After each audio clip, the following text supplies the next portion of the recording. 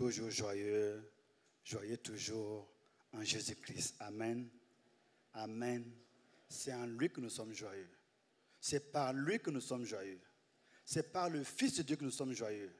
Sinon, il n'y a pas de joie. Bonjour, chers frères et chères sœurs, et bienvenue en ce dimanche du 11 juin 2023, pour ce culte dominical à l'église centrale. Nous continuons avec notre série d'études sur l'évangile selon Matthieu. Et aujourd'hui, nous vous proposons un résumé de l'étude sur les chapitres 8 et 9. Pendant cette semaine, nous avons pu lire le chapitre 8, chapitre 9, et faire une étude diachronique, passage par passage, jusqu'à la fin. Et ce matin, le temps nous manquerait de faire une étude diachronique de ces deux chapitres. Il y a beaucoup de choses à dire. Ce que je vous propose, c'est plutôt un résumé synchronique de ce passage. L'évangile de Matthieu est un récit divisé en 28 chapitres et subdivisé en 1012 versets. Rappelons-nous que c'est le premier livre du Nouveau Testament qui compte 27 livres. Donc c'est un des 27 livres que nous étudions. Il comporte 28 chapitres et 1012 versets. Il s'ouvre au chapitre 1 avec la généalogie de notre Seigneur Jésus-Christ, sa naissance, et se poursuit avec sa vie, son ministère de 3 ans et demi. Il atteint son apogée avec la crucifixion et la mort, la résurrection de notre Seigneur Jésus-Christ et son ascension. Et nous espérons et nous attendons son prochain retour. C'est de ce livre que est tiré le thème de l'année que nous avons ici, Matthieu 19, 19. Tu aimeras ton prochain comme toi-même. Et aussi, nous vous rappelons qu'à la fin du chapitre 7, nous avons lu que la foule était frappée de sa doctrine. Il enseignait comme ayant autorité et non pas comme les pharisiens et les scribes enseignants. La vie de Jésus, comme tout homme, a été ponctuée de 3 grandes étapes, naissance, vie et mort. Mais la différence, c'est que Jésus, après sa mort, il est ressuscité le 3e jour, il est monté au ciel auprès du Père et il reviendra enlever son Église. Comme dit à la conclusion du chapitre 7, après que Jésus eut achevé ses discours, la foule fut frappée de sa doctrine, car il enseignait comme ayant autorité et non pas comme leurs scribes. Dans notre étude des chapitres 8 et 9 de l'Évangile selon Matthieu, nous aurons affaire à d'autres récits d'enseignement qu'on a déjà vu entre chapitre 5 et le chapitre 6 et le 7 étaient formés d'enseignement. Mais au chapitre 8 et 9 encore, on verra d'autres enseignements que je vais vous montrer tout à l'heure. Nous allons affaire à des miracles, des signes et des prodiges qu'il a opérés en présence des disciples et des foules, et ou devant les pharisiens, les scribes, les sadducéens. Et enfin, dans ces passages, nous voyons qu'il a appelé Matthieu, et nous pouvons rappeler aussi qu'il a appelé les 12 disciples. Et ceux qui étaient là vendredi, nous avons eu l'occasion d'apprendre les 12 disciples de Jésus par cœur. Comme vous n'étiez pas là, je vous dispense de cet exercice. Ce n'est pas nécessaire pour aller au ciel, n'est-ce pas? Mais faites l'effort vraiment de les connaître. Je crois que c'est une bonne chose. Mais ce qu'on peut retenir, c'est que Jésus, quand il choisit quelqu'un, quand il choisit les disciples, après la vocation, il y a toujours la formation, l'équipement et la mission. Ce schéma revient toujours. Il choisit, il choisit, il appelle, il choisit, il forme, il équipe et il envoie en mission. Voyons donc une vue synchronique de ces passages 8 et 9. Les évangiles de Matthieu, Marc, Luc et Luc sont appelés les évangiles synoptiques parce qu'ils relatent en grande partie les mêmes événements de la vie de Jésus. Le terme synoptique signifie qu'ils ont la même vision, mais les commentaires sont un peu différents. L'évangile de Jean est différent, lui, il est différent, mais il vient combler les lacunes laissées par les autres. Chacun de ces évangiles a été écrit pour un public différent et met l'accent sur différentes facettes du ministère de Jésus. L'évangile de Matthieu a été écrit surtout pour des Juifs et montre en quoi Jésus a accompli les prophéties d'un Messie roi. Nous allons lire donc ce matin ce passage. Je vais vous demander, s'il vous plaît, 6 minutes pour lire Matthieu chapitre 8. Ça peut aller? Docteur Nikema, il est nous avec... Ok, merci.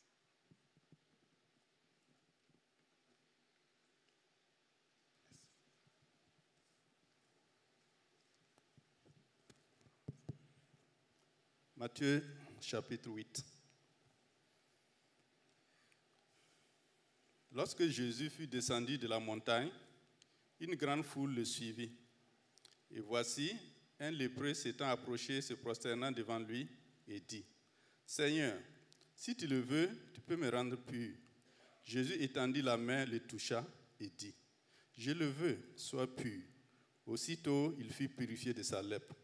Puis Jésus lui dit, « Garde-toi d'en parler à personne, mais va te montrer au sacrificateur et présente l'offrande que Moïse a prescrite afin que cela leur serve de témoignage. » Comme Jésus entrait dans Capernaum, un centenier l'aborda, le priant et disant, « Seigneur, mon serviteur est couché à la maison, atteint de paralysie et souffrant beaucoup. » Jésus lui dit, « J'irai et je le guérirai. » Le centenier répondit, « Seigneur, je ne suis pas digne que tu entres sous mon toit, mais dis seulement un mot et mon serviteur sera guéri.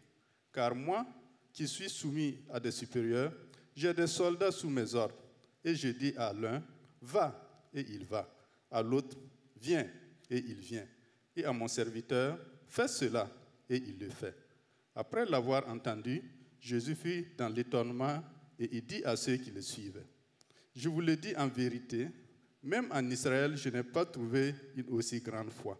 Or, je vous déclare que plusieurs viendront de l'Orient et de l'Occident, et seront à table avec Abraham, Isaac et Jacob dans le royaume des cieux, mais les fils du royaume seront jetés dans les ténèbres du dehors, où il y aura des pleurs et des grincements de dents. » Puis Jésus dit au centenier, « Va, qu'il te soit fait selon ta foi. » Et à l'heure même, le serviteur fut guéri.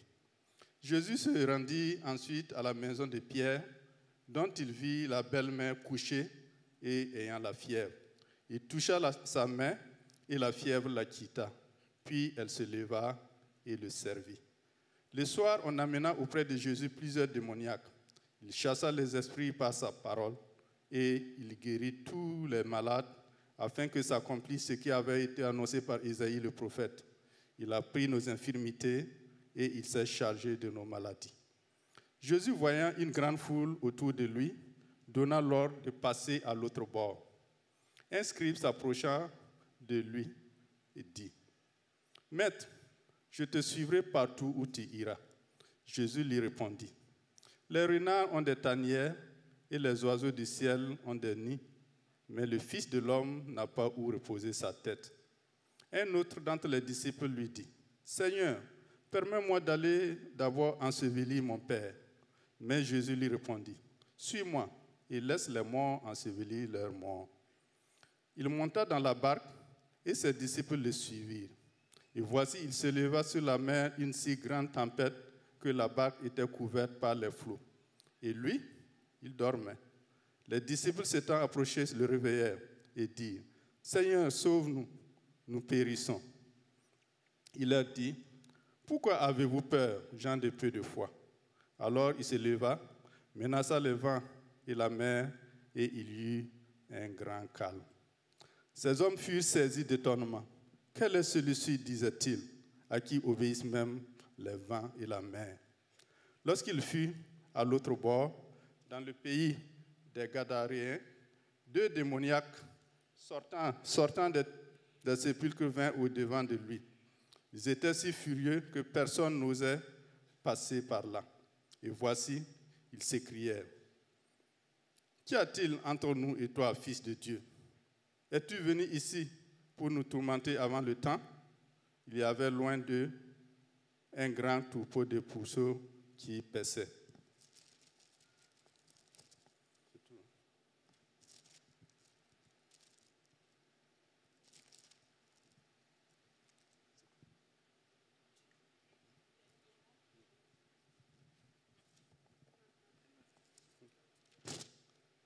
Excusez-moi, ma Bible est un peu...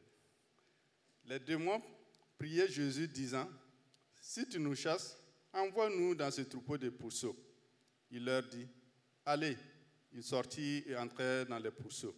Et voici, tout le troupeau se précipita des pentes escarpées dans la mer et il périt dans les eaux.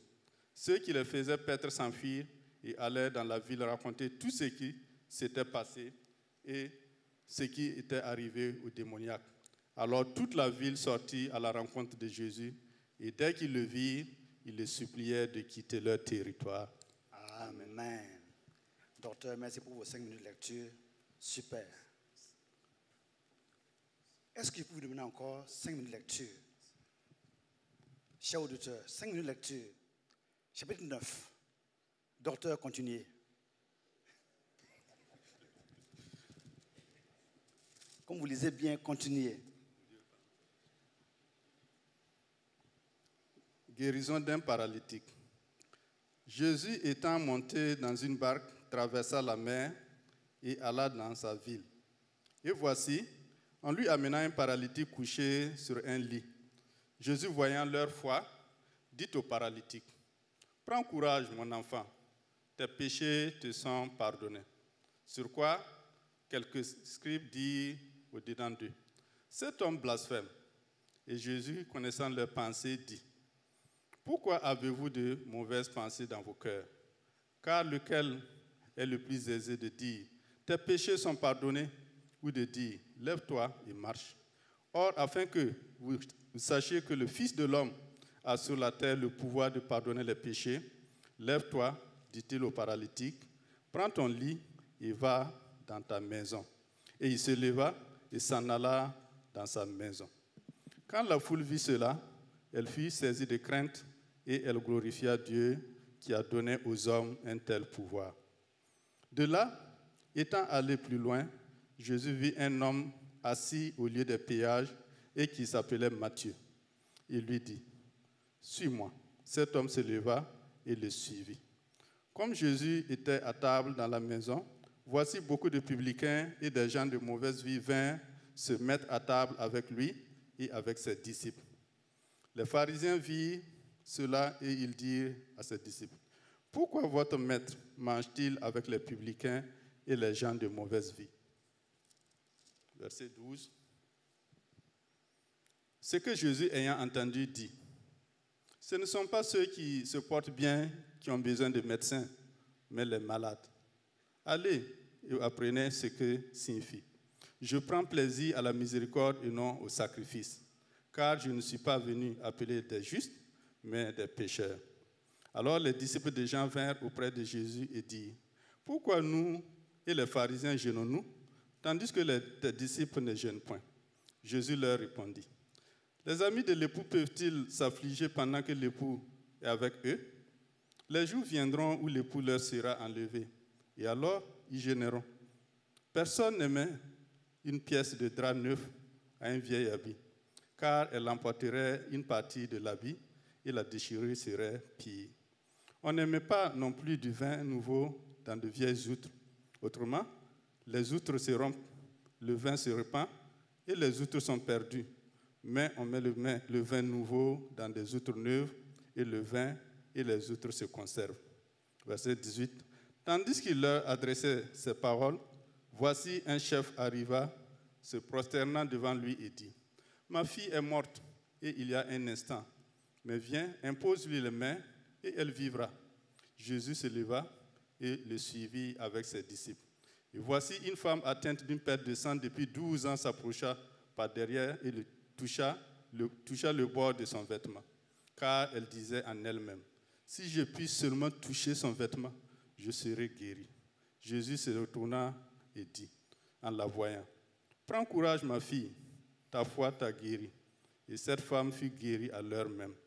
Lorsque Jésus fut arrivé à la maison du chef et qu'il vit les joueurs de flûte et la foule bruyante, il leur dit, « Retirez-vous, car la jeune fille n'est pas morte, mais elle dort. » Et il se moquait de lui.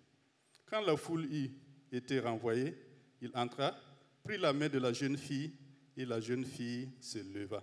Le bruit s'en répandit dans toute la contrée. Étant parti de là, Jésus fut suivi par 2 aveugles qui criaient, « Aie pitié de nous, fils de David !» Lorsqu'il fut arrivé à la maison, les aveugles s'approchèrent de lui et Jésus leur dit, « Croyez-vous que je puisse faire cela ?»« Oui, Seigneur, lui répondit-il. Alors il leur toucha les yeux en disant, « Qu'il vous soit fait selon votre foi. » Et leurs yeux s'ouvrirent. Jésus leur fit cette recommandation sévère, « Prenez garde que personne ne le sache. » Mais dès qu'il fut sorti, il répandit sa renommée dans tout le pays. Comme il s'en allait, voici, on amenait à Jésus un démoniaque muet. Les démons ayant été chassés, le muet parla.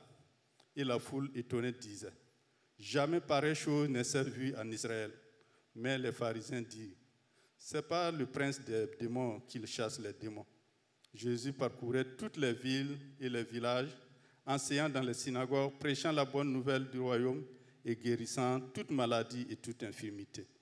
Voyant la foule, il fut ému de compassion pour elle, parce qu'elle était languissante et abattue, comme des brebis qui n'ont point de berger. Alors il dit à ses disciples, « La moisson est grande, mais il y a peu d'ouvriers. Priez donc le maître de la moisson d'envoyer des ouvriers dans sa moisson. Amen. » Amen. Merci pour les 6 minutes. En 11 minutes, nous avons lu chapitre 8 et chapitre 9. Ce que chacun peut bien faire à la maison. Et je suis sûr que, excusez-moi, il y en a qui dans la semaine-là n'ont pas pu avoir 10 minutes pour lire ce passage, pour venir pour l'étude de ce matin. Si je me suis trompé, je demande pardon. Si c'est le cas, je vous donne un secret. Temps de lecture, 5 minutes, lisez un chapitre. Temps de lecture, 6 minutes, lisez un chapitre. Et vous allez voir que, petit à petit, vous allez terminer le Nouveau Testament en quelques mois. Que Dieu vous bénisse. Que Dieu nous bénisse. Alors, ces 2 passages, nous ne pouvons pas les revoir passage par passage, mais ce que nous avons fait, c'est de vous donner un tableau synchronique de ce qui s'est passé dans ces 2 passages. C'est-à-dire, il y a des passages qui concernent des guérisons. La guérison d'un lépreux, guérison d'un serviteur, d'un centenier, la guérison de plusieurs malades, la guérison de la belle-mère de Pierre, guérison d'un paralytique, guérison d'une femme malade depuis 12 ans, diverses guérisons, 2 aveugles guéris, et la résurrection de la fille de Jairus. Nous avons dit que ces passages-là sont des passages qui concernent les œuvres de Jésus, car il est venu pour guérir les malades. Selon Ésaïe 53, versets 4 à 6, c'est pour nos péchés qu'il est mort sur la croix, et sur la croix, il a porté nos maladies et nos péchés, et par ses meurtrissures, nous sommes guéris. Et Matthieu 8, 17 va nous dire qu'il est venu accomplir donc la prophétie d'Isaïe. En fait, il devient un signe pour Israël que le Messie qui devait venir est là. Deuxième partie, c'est la partie que nous appelons les enseignements. Dans ce passage, nous voyons des enseignements. Comment suivre Jésus? Un scribe est venu pour demander à Jésus qui veut le suivre. Il lui a dit, les renards ont des tanières, mais le Fils de l'homme n'a pas un lieu pour poser sa tête. Ensuite, un autre disciple est venu, viens, je veux aller s'occuper de mon Père, je viens te suivre. Et il a dit, laissez les morts, ensevelir les morts, mais toi viens, suis-moi. Un enseignement est là. Deuxièmement, c'est l'appel de Matthieu. Et on peut aussi faire un go back, un arrière, pour voir qu'il a aussi appelé d'autres disciples. En fait, Matthieu plus les autres vont faire les 12 disciples qu'il a appelés.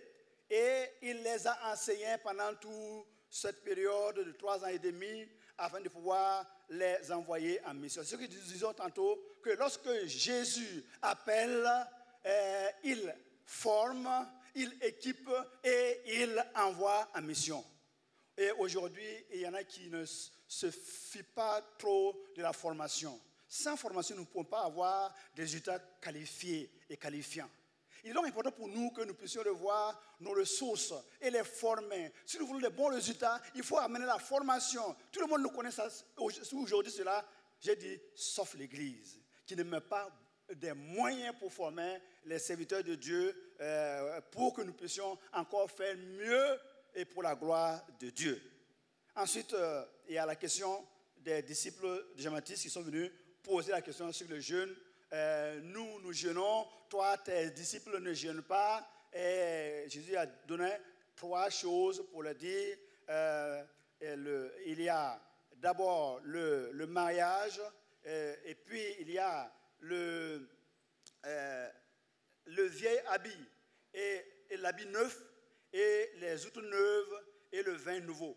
Pour montrer ici qu'il y a des choses qu'on n'amalgame pas. Et quand vous les mettez ensemble, ça ne marche pas. C'est un enseignement. Et ensuite, comme on verra encore plus loin, la dernière partie, nous avons vu que Jésus a envoyé les 12 disciples. Et enfin, la dernière catégorie, la troisième, c'est que nous voyons dans ces miracles et prodiges que Jésus a le pouvoir sur la nature et pouvoir sur les forces des ténèbres. Et un de ces cas, c'est la guérison de plusieurs démoniaques. Il a chassé plusieurs démoniaques. Ensuite, il a apaisé la tempête. Ensuite, sur le territoire des Gadaréens, il a guéri 2 démoniaques et il a guéri un démoniaque muet. Et toutes ces choses viennent nous montrer que Jésus avait donc un programme. On peut résumer les œuvres de Jésus en 3 grandes parties: les miracles de guérison, les enseignements, et il est venu pour montrer qu'il est le Fils de Dieu et même qu'il est Dieu.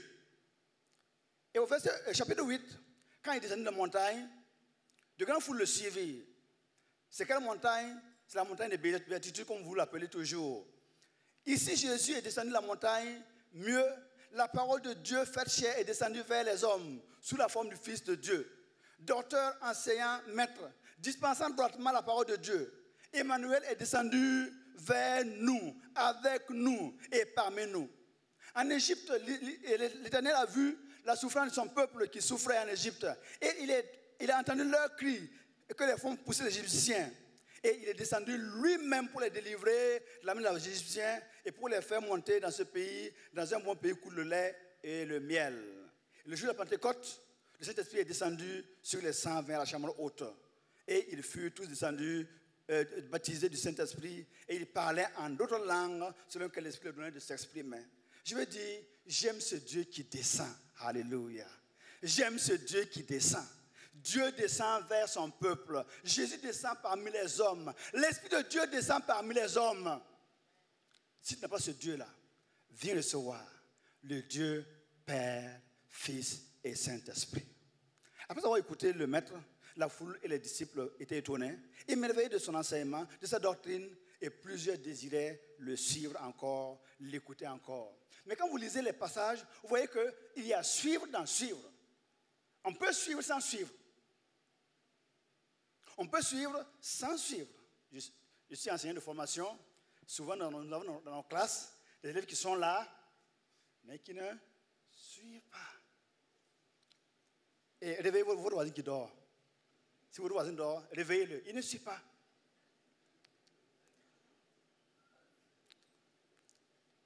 Donc, nous avons le premier miracle qui fut la guérison d'un lépreux.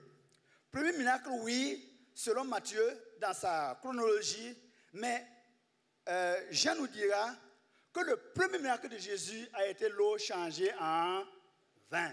Donc, chacun a eu sa façon d'ordonner les miracles. Et ici, nous voulons seulement dire que chacun a un but en organisant son évangile comme il le veut. Mais l'apôtre Pierre dira, dans Actes 2, 22, « Hommes israélites, écoutez ces paroles.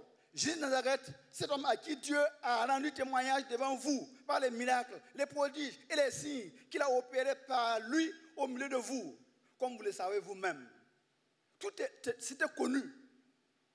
Il avait opéré des miracles, des prodiges et des signes. Il a enseigné la foule, il a enseigné les scribes, les pharisiens, il a enseigné les sadducéens, il a enseigné le peuple qui était là, mais aussi, il a trouvé le temps de choisir 12 pour les préparer et les enseigner et les envoyer en mission.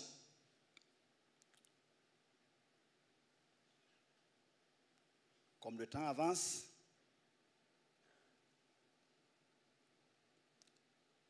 et lors de cette traversée de la mer pour aller de l'autre côté à Gadaré, il y a eu un incident. L'incident, c'est que le vent s'est levé sur la mer. Les flots sont levés sur la mer. Et nous allons voir ici que Jésus dormait. Les disciples ont réveillé Jésus. Seigneur, sauve-nous, nous périssons. Il leur dit, pourquoi avez-vous peur, gens de peu de foi? Ces gens ne savaient pas que celui qui est avec eux là, dans la barque là, c'est le Fils de Dieu. Ils avaient oublié que c'est le Fils de Dieu. Ils avaient oublié que c'est le Fils de Dieu.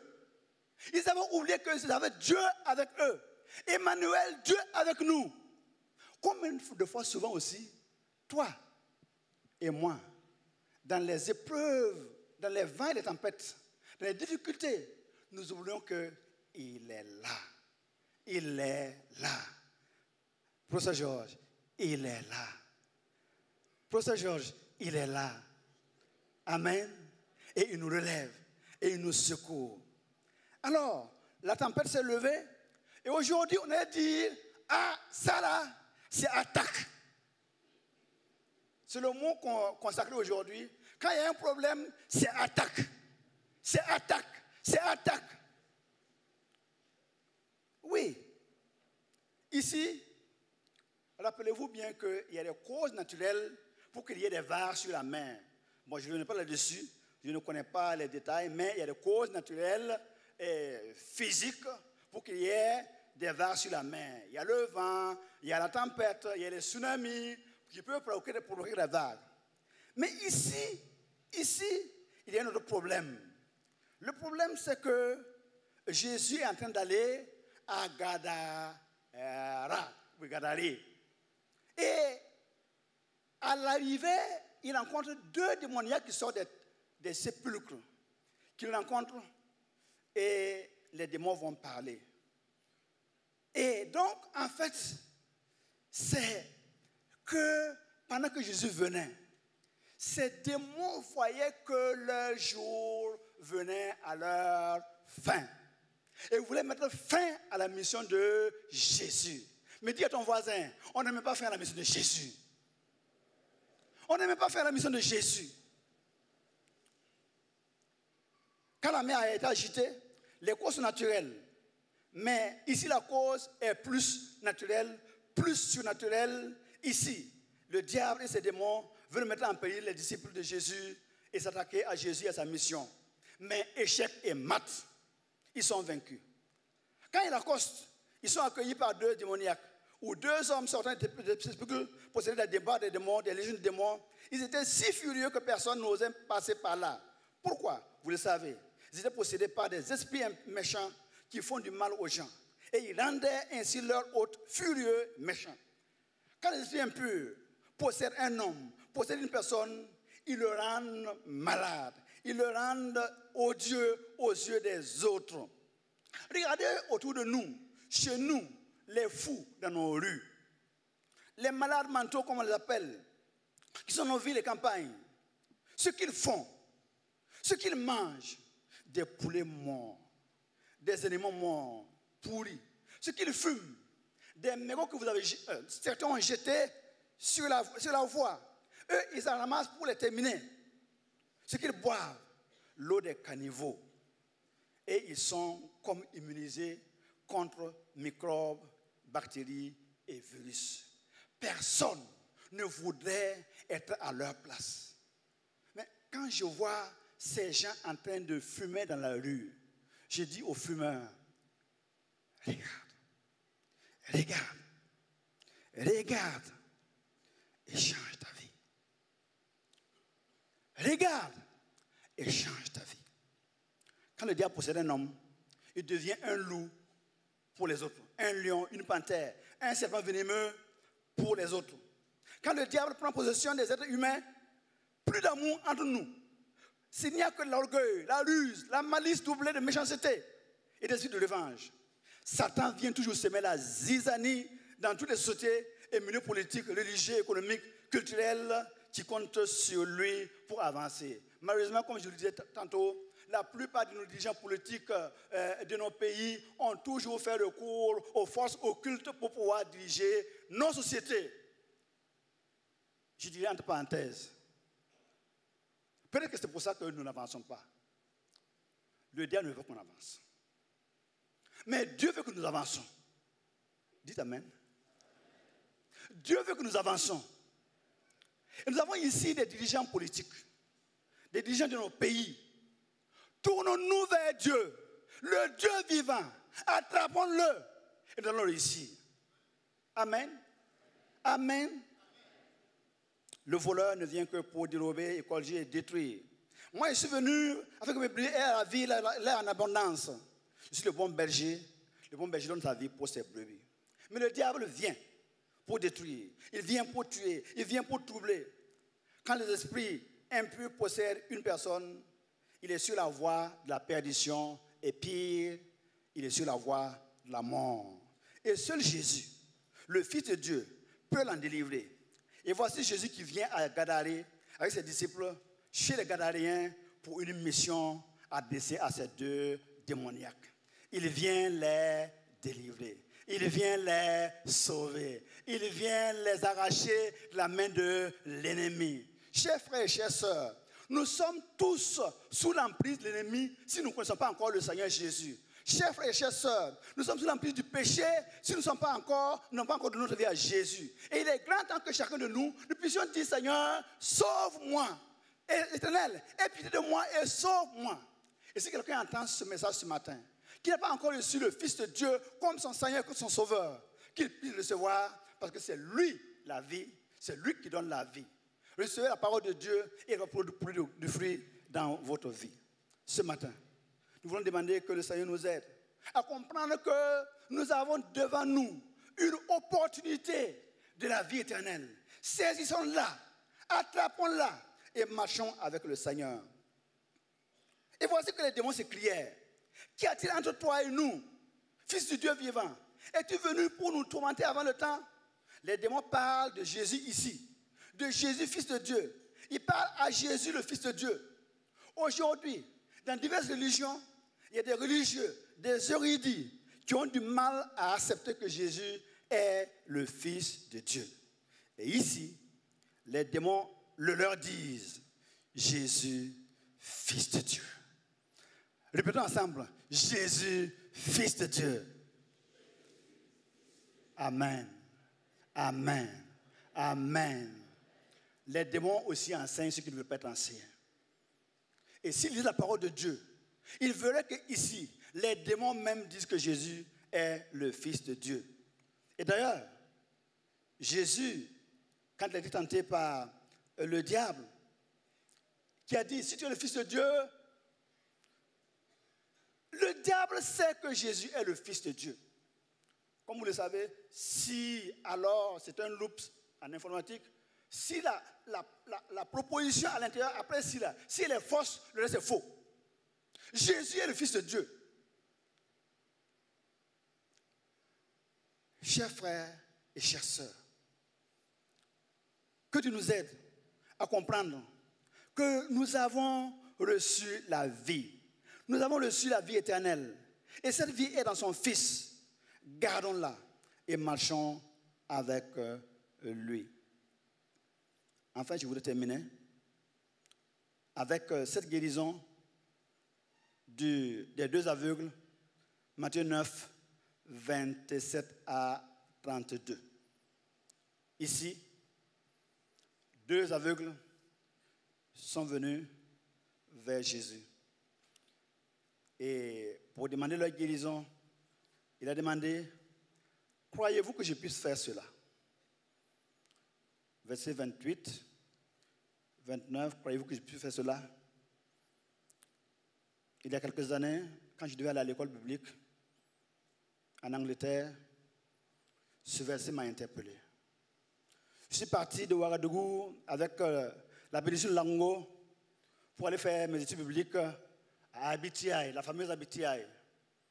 Et l'église a payé mon billet et j'ai fait mon passeport, mon visa et j'ai eu un visa. Je ne comprenais pas à l'époque ce que ça voulait dire entrée unique. Je suis donc arrivé en Angleterre, content d'avoir fait le voyage. Et c'est alors que j'ai compris que j'avais un problème. J'avais laissé ma femme et notre première fille à Ouagadougou, et je priais Dieu bien revenir pour voir mon épouse et ma fille.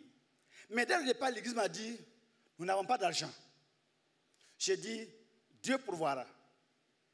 Quand je suis arrivé en Angleterre, avec ce passeport, visa, entrée unique, j'ai commencé à prier. Seigneur, ouvre la voie pour que je puisse entrer à la maison pour voir ma famille. Je n'avais pas d'argent et j'avais un visa entrée unique. Alors, je priais. J'allais même au commissariat en Angleterre pour voir, entre-temps, si on pouvait allonger ça. Et on m'a dit que, monsieur, vous venez d'arriver, on ne peut rien faire pour vous. Donc, je suis parti. Il fallait maintenant prier. Prier, méditer la parole de Dieu. Un jour, j'ai lu ce passage des deux aveugles. Et cette parole m'a interpellé. Croyez-vous que je puisse faire cela? Alors, quand vous lisez ça en français, c'est comme si on disait à plusieurs personnes. Mais en anglais, c'est you, c'est une personne ou deux personnes. Je me suis senti interpellé. Et j'ai compris que le Seigneur me parlait. Crois-tu que je peux faire cela? Ouvrir la voie pour que tu puisses rentrer au Burkina Faso et devenir poursuivre tes études. J'ai dit oui, Seigneur, je crois. Seigneur, je crois. Bien qu'il n'y avait pas de chance, il n'y avait pas d'opportunité, j'ai dit Seigneur, je crois. Et je continue à prier. Et un jour, pendant ma méditation, un élève de ma classe, un étudiant de ma classe est venu me voir. Et me dit, Mathias, ma famille et moi avons décidé de te payer ton billet pour rentrer au village à Ouaga, si tu veux aller voir ta famille. J'ai dit, hein? J'ai dit, gloire à Dieu. Gloire à Dieu. Gloire à Dieu. Gloire à Dieu. Alors, je me suis remis à prier. J'ai dit au Seigneur, Seigneur, tu ne fais pas de miracles. Dieu ne fait pas de demi-miracles. Vous le croyez? Il me laissait donc une demi-porte à ouvrir, mon visa. J'avais un ami hollandais qui a fait le Burkina, l'Afrique même pendant plusieurs années, et qui était rentré aux Pays-Bas, qui m'a invité que si je n'entre pas pendant les vacances, c'est vers Noël, hein, je peux venir faire la Noël avec eux. Mais pendant ce temps, comme nous n'avons pas d'argent, on travaille dans les restaurants pour pouvoir avoir de l'argent de poche pour subvenir nos besoins. C'est comme ça l'école biblique. Hein. Oui, c'est comme ça. Et donc, le temps est arrivé et j'ai vu qu'il y avait des promotions, des billets low cost. Ça veut dire des billets pas chers. Moi, je croyais aller par Eurotunnel. Et puis après, quand j'ai vu ça, j'ai vu, mais c'est le même prix. Donc, j'ai payé le billet. Et à la date arrivée, je devais aller maintenant aux Pays-Bas pour voir chez mon ami. Alors, j'arrive à l'aéroport. Je passe à la police, à l'immigration, pour les formalités. Et puis, le policier anglais, il prend mon passeport, il regarde. Il me regarde. Il regarde. Il me regarde. Et me dit, monsieur, votre visa va expirer dans un mois. J'ai dit, oui, monsieur. Vous n'avez rien fait pour le prolonger. J'ai dit, j'ai essayé, mais je n'ai pas pu. Il me demande, mais qu'est-ce que vous faites ici en Angleterre? Quand un blanc parle à un noir, il sait que je suis là pour un temps, ou bien pour quelques temps, ou bien des temps. Je ne sais pas. Alors, je lui ai expliqué, moi, je suis ici pour une formation biblique, et j'ai une famille à la maison, et j'ai un travail à la maison, je suis enseignant. Une fois que ma formation est finie, moi j'entre au pays. Alors, il me regarde. Après, je le vois. Il prend ses tampons. Il fait tim, tim, tim, tim, tim, tim, tim, tim, tim, tim, tim, tim, tim, tim, tim. Il se lève. Et il me dit, Sir, I have just renewed your visa for another year. Bon, je traduis. Je viens de renouveler votre visa pour une autre année. À ce moment-là, je savais que la porte est ouverte pour aller aux Pays-Bas, pour revenir, payer mon billet, entrer au Burkina Faso et revenir. Parce que quand Dieu fait un miracle, il le fait entièrement pour la gloire de son Saint-Nom. Notre Dieu est le Dieu des miracles, le Dieu des prodiges. Notre Dieu a toute la puissance d'agir comme il veut et quand il veut. Et sa compassion est grande. Et sa miséricorde dure à toujours. Chers frères et chères sœurs, que Dieu te donne un miracle pour que toi aussi un jour, tu racontes les œuvres de Dieu, tu racontes la gloire de Dieu, tu racontes les bienfaits de Dieu et que Dieu soit glorifié. Au nom de Jésus-Christ. Amen.